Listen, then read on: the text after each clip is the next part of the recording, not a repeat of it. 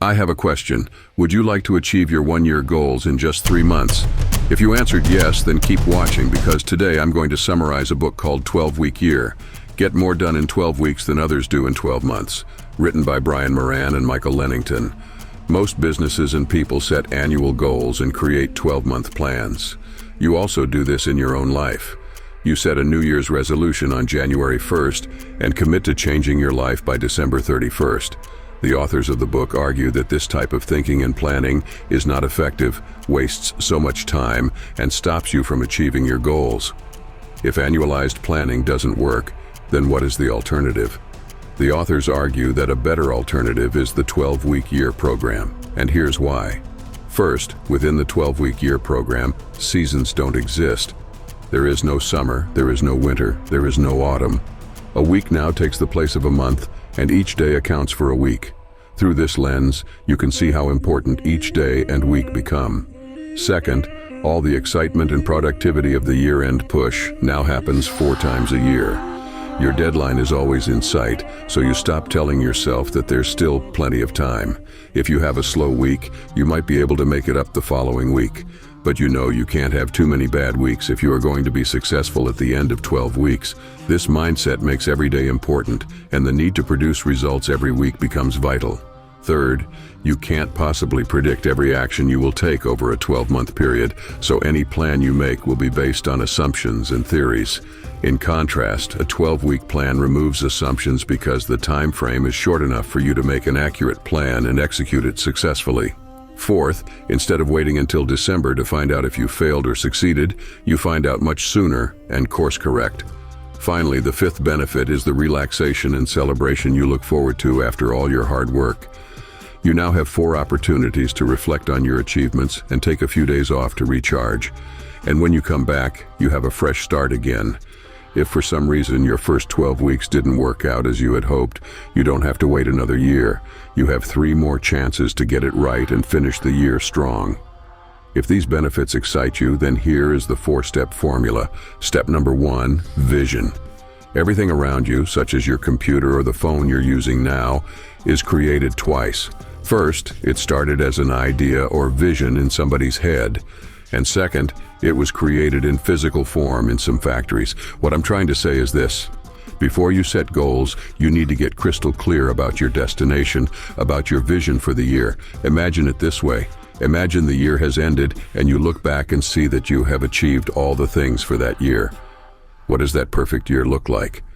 How much are you earning? Do you finally have your own business? Are you earning 10 grand per month? Are you in great shape as you have always wanted?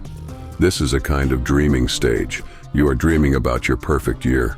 Don't let your analytical mind come in and say, how the hell will you achieve all that in 12 weeks? It's not realistic. This is not the time for how. We will get there as well. It is time to dream and dream back. Big. Why dream big? Because soon you will push yourself beyond your comfort zone. And if it is not big and exciting enough, you will give up. Step number 2, plan your execution. Now that you know where you want to go, it's time to plan how you will get there. First, you need to find a clear goal. You might have more than one goal, but don't overwhelm yourself with too many goals. The key is to identify a few essential ones that, if achieved, would bring you the results you want. Second, list all the things you want to achieve, all the key tasks for that goal, and plan how you will get them done. Apply the same logic you applied to goals and focus on key tasks. For example, your goal might be to earn $120,000 for the year. Now, how do you plan to earn that amount of money within 12 weeks? Will you earn 10 grand in the first week, another 10 grand in the second week, and continue at this rate for the rest of the time? Or will the first 4 weeks have no earnings, but in the remaining 8 weeks, you will earn 15 grand per month? The goal at this stage is to plan each week and identify what results need to be achieved by the end of the week and what tasks need to be done. Each week needs to be planned in advance, and it should look like this: the goal at the top of the page for that week and the list of tasks to achieve that goal. Now, when you are planning, one of the most often questions you will be asking yourself is, how? How do I get this task done within 1 week? Or how do I get this big goal achieved within 3 weeks? Let me tell you a little secret. You are asking the wrong question. You shouldn't be asking how, you should be asking who. I recently read a book called Who, Not How by one of the greatest business coaches, Dan Sullivan. Dan says when we want something done, we are trained to ask, how can I do this? This is the wrong question. The right question is, who can do this? For example, if you need to design a logo, you need to ask, who can do this for me, instead of, how can I do this? You might say, well, I have no idea how to find a logo designer, so I will figure out how I do it myself. Well, if you don't know who can design a logo, then you need to find another person who will find you a logo designer. Again, you need another who question, not a how question. So simple, and it is simple, but don't let the simplicity fool you. Asking who is not natural for us, so it will take quite some effort to shift your mindset. Once you start asking the who question, the doors open up for you. It saves you so much time and money, plus improves the quality of your output because you are involving others who are experts at what they do. Step number 3, control your process. The idea is simple. At the beginning of each week, ideally on Monday, review the progress you made in the last week. Did you complete all the tasks for the past week or not? In the next step, I will explain how to measure your progress. Once the evaluation of the last week is done, then create a new weekly plan for the coming week. Check your weekly plan every day to ensure you are completing the right tasks and the timeline of your week still makes sense. If it does, then keep moving. If not, review the plan to restructure the tasks in order to achieve your goal. Step number 4, measure your progress. You can't know if you are progressing without measuring it. This is actually one of my favorite parts of the book, and here is why I like it. The author recommends 2 types of measuring systems, one for the results and another one for your execution. For example, let us say you want to lose 1 kilo of weight per week, and to achieve that, you have planned that you will exercise 5 times a week and eat 2,000 calories a day. Using this example, we can measure your progress. If you are progressing without measuring your progress, you can say that measurement of the result is the amount of weight lost in 1 week. Did you lose 1 kilo in the past week or not? This is the measurement of the result. However, the measurement of execution is different. It is the number of tasks you completed to achieve that result. In this example, it was 5 days of exercising and eating under 2,000 calories per day. Did you exercise for 5 days and eat under 2,000 calories every single day? If yes, then you have a 100% execution score. This is the measurement of execution. The author says you should focus more on measuring execution rather than the results. People who focus on more execution have a higher chance of reaching their goals compared to people who focus on measuring their results only. Using the above weight loss example, if the only thing you measure is the result, losing 1 kilo per week, then you will probably get discouraged once you step on the scale and see that you haven't lost anything for that week.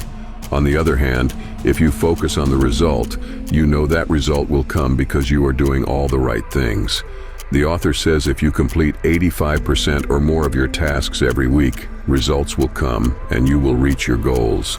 You might not see the result for 1 week, but the next week you will probably see it if you stick to executing your plan. You might ask, what if the result doesn't come after 2 or 3 weeks? Well, that means something is wrong with your plan and it has to change. For example, maybe you have a problem with your plan and you have to change it. You might have a problem with your plan and you have to change it. You might have a problem with your plan and you have to change calculated the calories wrong. You had to eat 1,500 calories instead of 2,000 in order to achieve the result you wanted. This is why it is important to measure both the result and execution and keep them separate. So to quickly summarize the 4-step formula, number 1, create a clear vision. Number 2, plan how you will execute your vision. Number 3, control your process by evaluating the past week and planning for the new week. 4, measure your progress and focus your investment on the future. Number 5, measure your progress and focus more on execution. If you would like to stop watching at this point, you can do that. You already got the core of the message of the book, in my opinion. However, I have 10 small tips that will make it very easy for you to implement this 4-step formula. Here they are. Tip number 1, manage your time well by splitting your day into blocks. It takes approximately 15 minutes for you to get back to your tasks when you're stopped to check emails or text messages. On average, 28% of employees' days are spent managing interruptions and refocusing on what they are doing. In a 40-hour work week, that is 11 hours of time wasted. That is why the author advises separating your day into 3 blocks. Block number 1, strategic block. This is the time block where you work on strategic tasks. Minimum 3 hours. No emails, no talking to colleagues, no daydreaming about what you're going to eat for lunch. Block number 2, buffer block. The purpose of this block is to handle those small tasks, such as emails or calling your mom, etc. Block number 3, breakout block. Success is not about working hard all the time. You must allow your mind to rest and recharge so you can always work at your full capacity and focus. Tip number 2, work-life balance is a lie. You struggle to find a balance between work, family, friends, health, and personal time, so you decide to give equal time and energy to each of them. The problem is that when you do that, you overextend yourself and become frustrated. Success can't be achieved by balancing your time in each area of life. Success happens when you intentionally create an imbalance and direct the time and energy toward 1 or 2 areas of your life. Different moments in life will require different amounts of energy, and there is nothing wrong with that. The purpose of intentional imbalance is to put your energy where you want it to go. Tip number 3, avoid having too many goals. Too many goals mean too many strategies and obstacles. They will quickly drain your energy and will make you give up. Tip number 4, create a routine. Your execution will suffer a lot if you don't form a routine.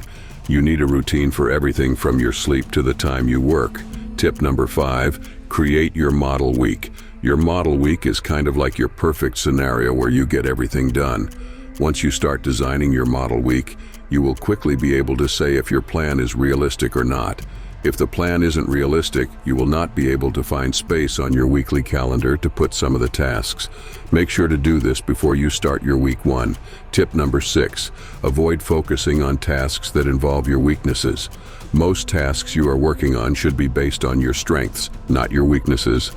Tip number 7, you are allowed to say no when someone invites you to a meeting. If you don't, you will be asked to commit to something. Say no as often as you can. Tip number 8, don't multitask. When you spread your attention too thin over multiple directions, you are not fully applying yourself to any tasks. You are overworked and tired. Burnout is a likely result, and in the end, you haven't mastered anything. You've just become mediocre at several things. Tip number 9, some tasks will not get done, and it is okay. Many people believe they can do it all and work day and night to catch up with everything on their plate. They focus on what they can do quickly to get it out of the way, which puts their strategic tasks in danger. Some tasks will eventually fall through the cracks, and it is okay. However, those tasks should never be the strategic ones. Tip number 10, celebrate. Even if you didn't reach your goal, you still have 3 more chances, and you probably made tons of money. If you didn't reach your goal, you still have 3 more chances, and you probably made tons of money. So celebrate and start again. Finally, here's a bonus tip from my personal experience. Sleep well. I can't emphasize the importance of sleep.